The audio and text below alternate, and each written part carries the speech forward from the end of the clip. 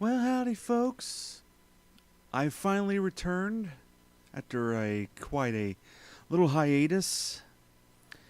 Yeah, some problems occurred. I had a computer crash, so it took a little while to get things back up and running. But in the meantime, I was still able to pick up some Blu-rays. So let's roll the intro and we'll get right into it.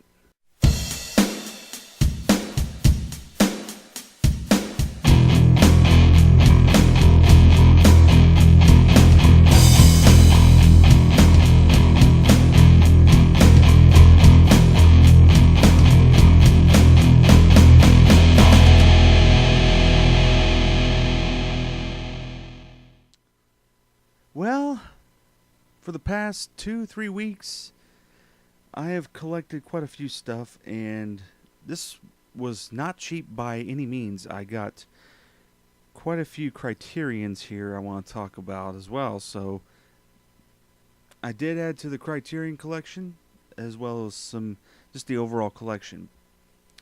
Uh, but the first three I'm going to get into here are from Disney exclusively. One is from Disney Movie Rewards. I cashed in some money, and I saw they had this on their prize as part of their prizes, and I had about 4,000 points, so I could cash in on some Blu-rays that they had, and that is the 2011 film The Muppets. I thought I better get this since I've been collecting some of the Muppet movies. I actually had yet to see that this is the Wocka value pack that they have. I think this did come with a slipcover originally, but they've since jettisoned that slipcover. It has the Blu-ray DVD digital copy and soundtrack. Downside to that is the soundtrack has expired, and probably the digital copy. I did not cash in the digital copy. I did try to cash in for the soundtrack, and the soundtrack I think was for iTunes only. But eventually you could download it and burn it onto a CD if you want to. But that had expired, so it was no good. But yeah, the Muppets, the Wocka value pack. Not bad for being a free pickup, so you do get the DVD and the Blu-ray in here. And I thought I better get that because I've been collecting the Muppet movie, the Muppet Christmas Carol, and of course this coming Thanksgiving, Christmas around that time, they're bringing out Muppet Treasure Island and the Great Muppet Caper in a 2-pack. So, yeah. Next one. I'm glad to have this one officially. The Little Mermaid. This came out this Tuesday. I did watch this. Looks stunning on Blu-ray. They did it. Disney, they do a masterful job when they do their most treasured films. I think with Oliver and Company they could have done a lot better. But here, The Little Mermaid, they did a fantastic job. They do and plus everything is preserved. If you have the Platinum Edition, those features are on here. I wish they would have done that with The Lion King. But those features are on here, plus all new features talking about the making of the movie and so forth. Next up, Iron Man 3. This is the Blu-ray DVD digital copy, the 2D version. I did post a review of this after seeing it in the theater. I'll probably put that down in the description and tell you what my thoughts were on Iron Man 3. But yeah,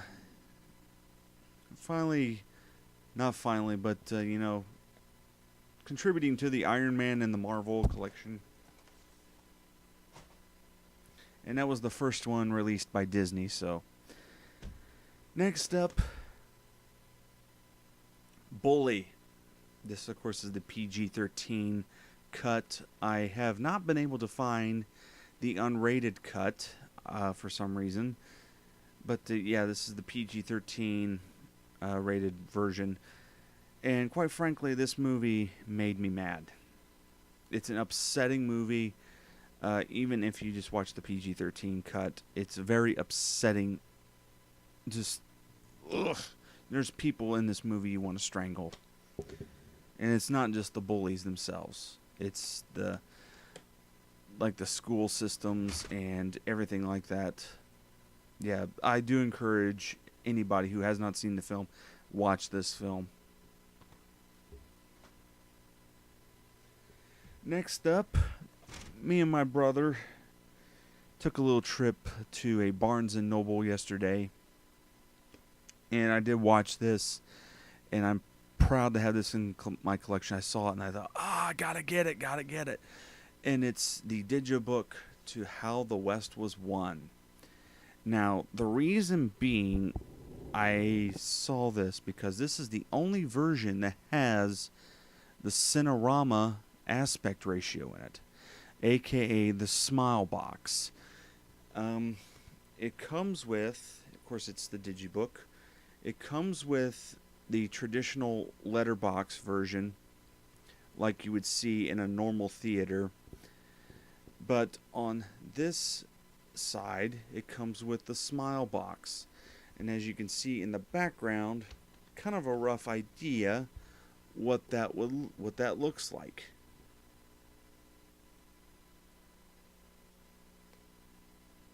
So there you go. Now, the reason it's called Smile Box is because the movie was originally shot in a process called Cinerama.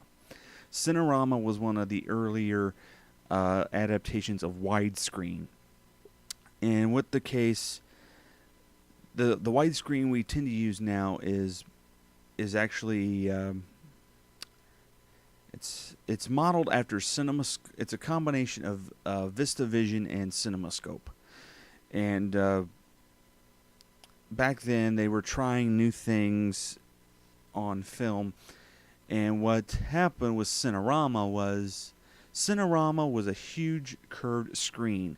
When it originally started, it involved 3 projectors, 3 strips of film, and 3 cameras to create one image. Now, when they filmed the movie, it was very, very expensive. They had to use 3 strips of film running through a big camera which had 3 distinctive lenses on it, capturing each third section. And when they played the movie, they had to project it onto the screen using 3 projectors. And one projector would project this end, middle projector would project the middle, this projector would project that way. And it would create, well, let me see if there's a picture of it or a diagram, what that looked like. Because I think that's in this booklet. I'm trying to look here. Well, here's kind of a picture of the camera, what the camera looked like from the back side. It looked like a big dome sphere. Oh, here we go. Here's the diagram of how that worked. Yeah, and this is the only version that has the smile box vision. The smile box version. If you get the standalone version, you get the regular letterbox version. Now, letterbox means this standard widescreen, like you would see on your television right now, or computer monitor widescreen presentation. It's called letterbox because it looks like a slot you drop an envelope in. Yeah, How the West Was Won. And do pick up this version if you can find it. It's an awesome edition. Next up, here's all the Criterions I managed to pick up. See how many I got. I should have more than this. Hold on one second. Sorry about that. I did miss one. But anyway, here is the additions to the Criterion collection. Starting with film starring John Travolta, Nancy Allen, directed by Brian De Palma, Blowout. Yeah, this was originally released in 1981. Not the best. I'm trying to describe this as positive. It's a decent movie, actually. It's a decent thriller, very good thriller.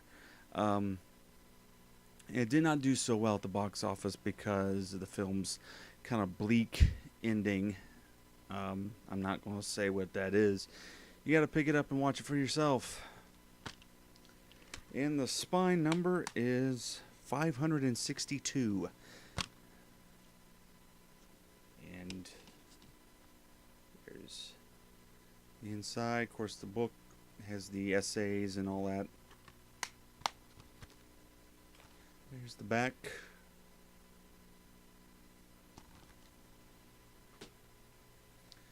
Next up, the original 310 to Yuma,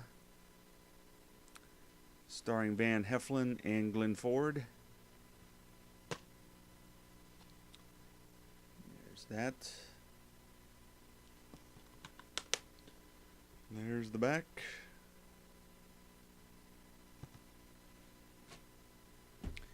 Robinson Crusoe on Mars is the next one. Kind of a, at the time, this is the most scientifically correct science fiction movie. It's a little cheesy now, but oh well. Here's the back. Originally a Paramount release. And of course there's the essay book and the disc. Now these do have artwork on the inside, but not taking the time to really show that off. Yeah, pick these up for yourself if you want to see them. Yeah. Next up, the John Ford classic, Stagecoach, the film that made John Wayne a star.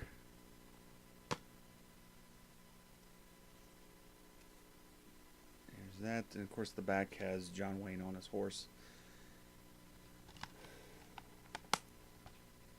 There's the back.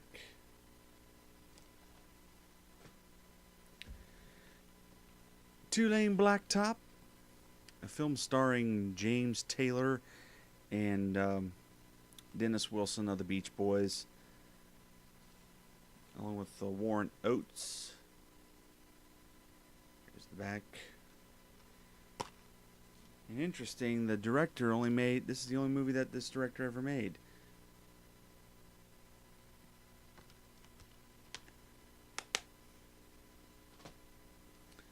Now, the one I forgot to put into this collection originally was The Thin Red Line, with an all-star cast.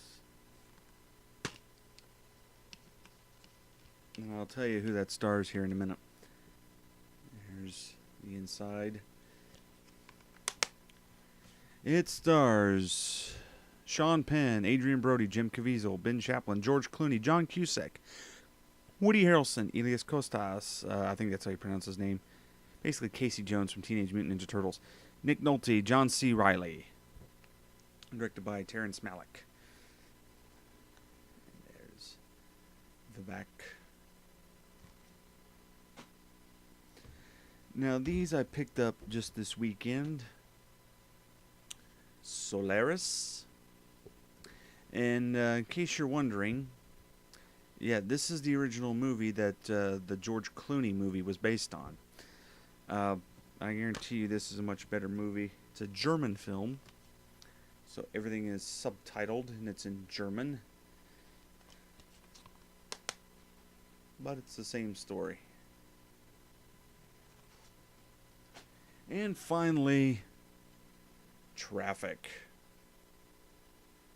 And even more I say about that, I believe this won the Academy Award for Best Picture. I think, yeah, Winner of 4 Oscars for Best Director, Best Screenplay, Best Editing, Best Supporting Actor for Benicio del Toro. I thought it won Best Picture, but apparently it didn't. Anyway, yeah, there's traffic. Sorry about the glare. There we go. And here's the inside.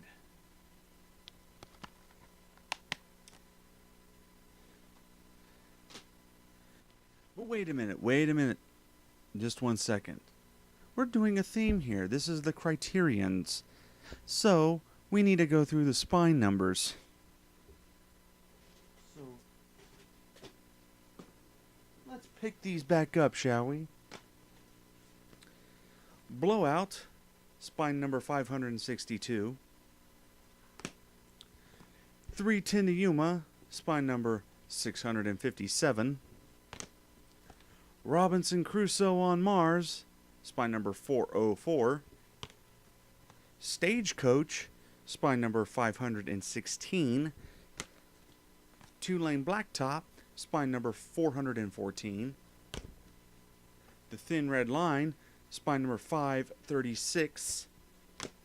Solaris is number 164.